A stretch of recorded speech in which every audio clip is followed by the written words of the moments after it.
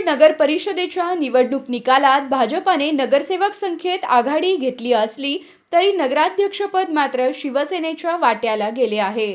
या निवडणुकीत भाजपाचे 11 नगरसेवक निवडून आले असून शिवसेना शिंदे गटाचे 8 नगरसेवक विजयी झाले आहेत। मात्र नगराध्यक्षपदाच्या थेट निवडणुकीत शिवसेनेच्या सिद्धी वस्त्रे यांनी बाजी मारली आहे। नगराध्यक्षपदासाठी भाजपच्या उमेदवार शीतल क्षीरसागर यांचा पराभव झाला असून त्यामुळे मोहोळच्या राजकारणात भाजपासाठी हा निकाल धक्कादायक ठरला आहे। एकीकडे नगर परिषदेत संख्याबळ मिळाले असले तरी सत्तेचा किल्ला समजल्या जाणाऱ्या नगराध्यक्षपदावर झेंडा रोवण्यात भाजप अपयशी ठरला आहे। या निकालानंतर मोहोळमध्ये गड आला पण सिंह गेला अशी राजकीय चर्चा रंगली आहे।